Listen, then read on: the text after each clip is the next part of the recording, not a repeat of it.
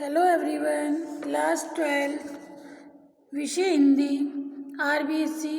Dear student, पूर्व class में chapter चल रहा था सत्य के प्रयोग में। ठीक है, आत्मकथा अंश मोहनदास करमचंद गांधी। इसमें गांधी जी ने सभ्य बनने के लिए, ठीक है, जो जो प्रयोग किए उनके बारे में बताया गया है। ठीक है, अब इसे आज का जो पॉइंट है वो है आत्मिक शिक्षा। ओके, देखिए विद्यार्थियों के पेज संख्या 16 लास्ट पैराग्राफ। विद्यार्थियों को शरीर और मन को शिक्षित करने की अपेक्षा, गांधी जी कहते हैं कि विद्यार्थियों के शरीर और मन को शिक्षित करने की अपेक्षा उनकी आत्मा को शिक्षित करने में मुझे बहुत परिश्रम करना पड़ा। ठीक है, आत्मा को शिक्षित करने में, आत्मा के विकास के लिए मैंने धर्म ग्रंथों पर कम आधार रखा। मैं मानता था कि विद्यार्थियों को अपने अपने धर्म के मूल तत्व जानने चाहिए। अपने अपने धर्म ग्रंथों का साधारण ज्ञान होना चाहिए। गांधी जी क्या कह रही हैं? आत्मा के विकास के लिए मैंने धर्म ग्रंथों पर कम आधार रखा।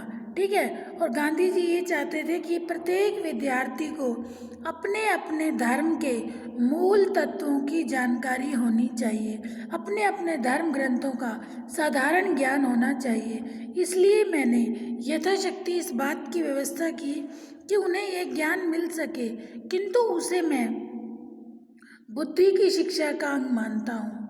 आत्मा की शिक्षा एक बिल्कुल भिन्न विभाग है। इसे मैं टॉलस्टॉय आश्रम के बालकों को सिखाने लगा। उसके पहले ही जान चुका था, आत्मा का विकास करने का अर्थ है चरित्र का निर्माण करना, ईश्वर का ज्ञान पाना, आत्मज्ञान प्राप्त करना। इस ज्ञान को प्राप्त करने में बालकों को बहुत ज़्यादा मदद की ज़रूरत होती है। इसके बिना दूसरा ज्ञान व्यर्थ है। जब तक व्यक्ति को आत्मिक ज्ञान ना हो, हानिकारक भी हो सकता है, ऐसा मेरा विश्वास है। मैंने सुना कि लोगों में यह भ्रम फैला हुआ है कि आत्मज्ञान चौथे आश्रम में प्राप्त होता है, लेकिन जो लोग इस अमूल्य वस्तु को चौथे आश्रम तक मुतवली रखते हैं, आत्मज्ञान प्राप्त नहीं करते, बल्कि बुढ़ापा और दयाजनक बचपन पाकर पृथ्वी पर भार रूप बनकर जीते हैं। इस प्रकार का सार्वत्रिक अनुभव पाया जाता है।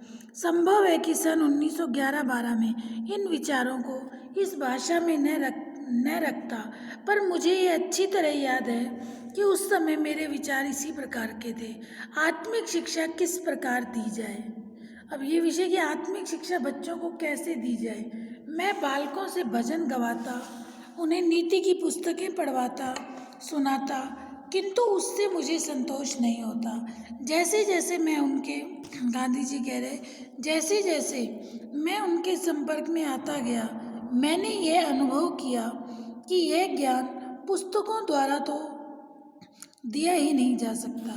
शरीर की शिक्षा जिस प्रकार शारीरिक कसरत द्वारा दी जा सकती है, बुद्धि की बौद्धिक कसरत द्वारा, उसी प्रकार आत्मा की शिक्षा भी व्यक्ति को आत्मिक कसरत द्वारा ही दी जा सकती है। गांधी जी ने कहा कि आत्मिक ज्ञान, आत्मिक शिक्षा, जैसे शारीरिक शिक्षा बच्चे को शारीरिक कसरत के माध्यम से दी जा सकती है, बौद्धिक शिक्षा उसको बौद्धिक कसरत द्वारा, उसी प्रकार आत्मिक शिक्षा, आत्मा की शिक्षा भी आत्मा की कसरत शिक्षक के आचरण द्वारा ही प्राप्त की जा सकती है।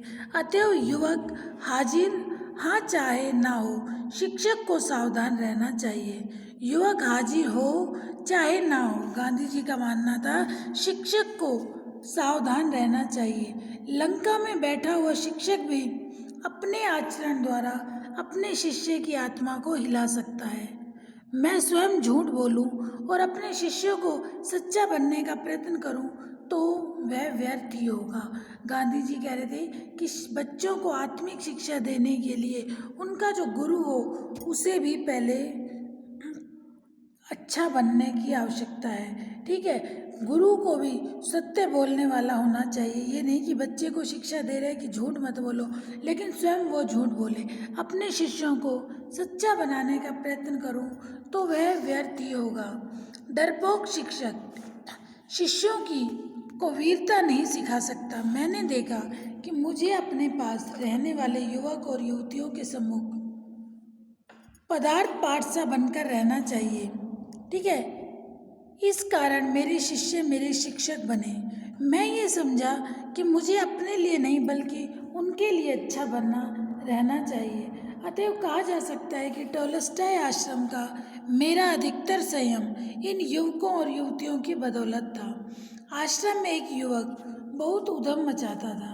ठीक है, बहुत शैतान था, बहुत झूठ बोलता था, किसी से दबता नहीं था और दूसरे के साथ लड़ता झगड़ता था। एक दिन उसने बहुत ही उधम मचाया। मैं घबरा उठा।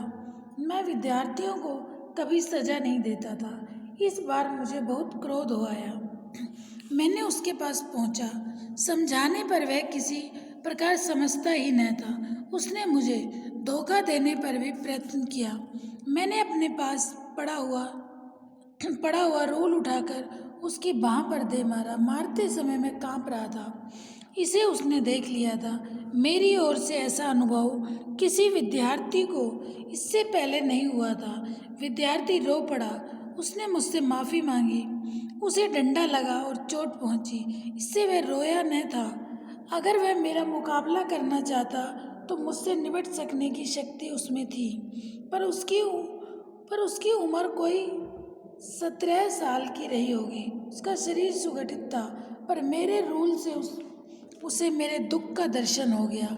इस घटना के बाद उसने फिर कभी मेरा सामना नहीं किया, लेकिन उसे रूल मारने का पश्चाताप मेरे दिल में आज तक बना हुआ है। मुझे भय है कि उसे मारकर मैंने अपनी आत्मा का नहीं बल्कि अपनी पशुता का ही दर्शन कराया था। देखिए कि गांधी जी ने कितनी अच्छी बात कही कि अगर कोई सामने वाला बुरा करे और हम उसके आगे बुरा कर रहे हैं तो वो हमारी मनुष्यता नहीं बल्कि पशुता है। बालकों को मारपीट कर पढ़ाने का मैं हमेशा विरोधी रहा हूँ कि बच्चे को ज्ञान दो, शिक्षा दो, लेकिन उसे मार पीट कर नहीं। मुझे ऐसी ही एक घटना याद है जब मैंने अपने लड़कों में से एक को पीटा था। रूल से पीटने में मैंने उचित कार्य किया या नहीं, इसका निर्णय मैं आज तक नहीं कर सका कि उसे सही मारा या गलत। इस दंड के औचित्य के विषय में मुझे शंका है, क्योंकि इसमें क्रोध भरा था और दंड देने की भावना थी। यदि उसमें केवल मेरे दुख का ही प्रदर्शन होता तो मैं उस दंड को उचित समझता, पर उसमें विद्यमान भावना मिश्र की थी। ठीक है, घटना के बाद मैं विद्यार्थी को सुधारने की अधिक अच्छी रीति सीखा। यदि इस कला का उपयोग मैंने उक्त अवसर पर किया होता तो उसका कैसा परिणाम होता यह कह नहीं सकता। वह युवक तो इन घटना को तुरंत भूल गया, पर मैं ये नहीं कह सकता कि उसमें बहुत सुधार हो गया। उस घटना ने मुझे इस बात के लिए अधिक सोचने को विवश किया कि विद्यार्थियों के प्रति शिक्षक का क्या धर्म होना चाहिए। उसके बाद युवकों द्वारा ऐसे ही दोष हुए, लेकिन मैंने फिर कभी दंड नीति का उपयोग नहीं किया। इस प्रकार आत्मिक ज्ञान देने के प्रयत्न में मैं स्वयं आत्मा के गुण को अधिक समझने लगा। ठीक है बेटा, इसके बाद देखिए शांति निकेतन। राजकोट से मैं शांति निकेतन गया। वहाँ शांति निकेतन के अध्यापकों और विद्यार्थियों ने मुझ पर अपना प्रेम बरसाया। स्वागत की विधि में सादगी, कला और प्रेम का सुंदर मिश्रण था। वहाँ मैं काका साहब कालेलकर से पहल मिला था। काका साहब कालेलकर, देखिए ये काका साहब कालेलकर कौन है?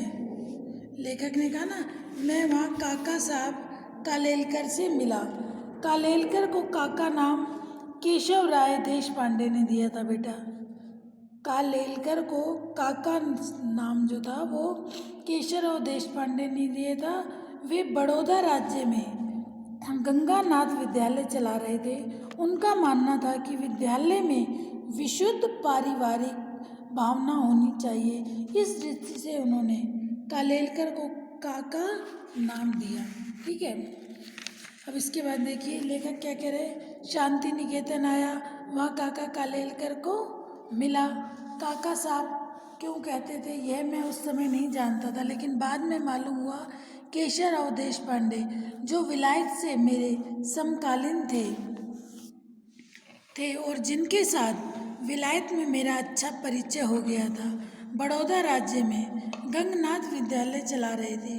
उसकी अनेक भावनाओं में से एक यह भी थी कि विद्यालय में पारिवारिक भावना होनी चाहिए। इस विचार से वहाँ सब अध्यापकों के नाम रखे गए। उनमें कालेलकर को काका नाम दिया, फड़के मामा बने, हरिहर शर्मा अन्ना कहलाए। दूसरों ने यथा योग्य नाम रखे गए।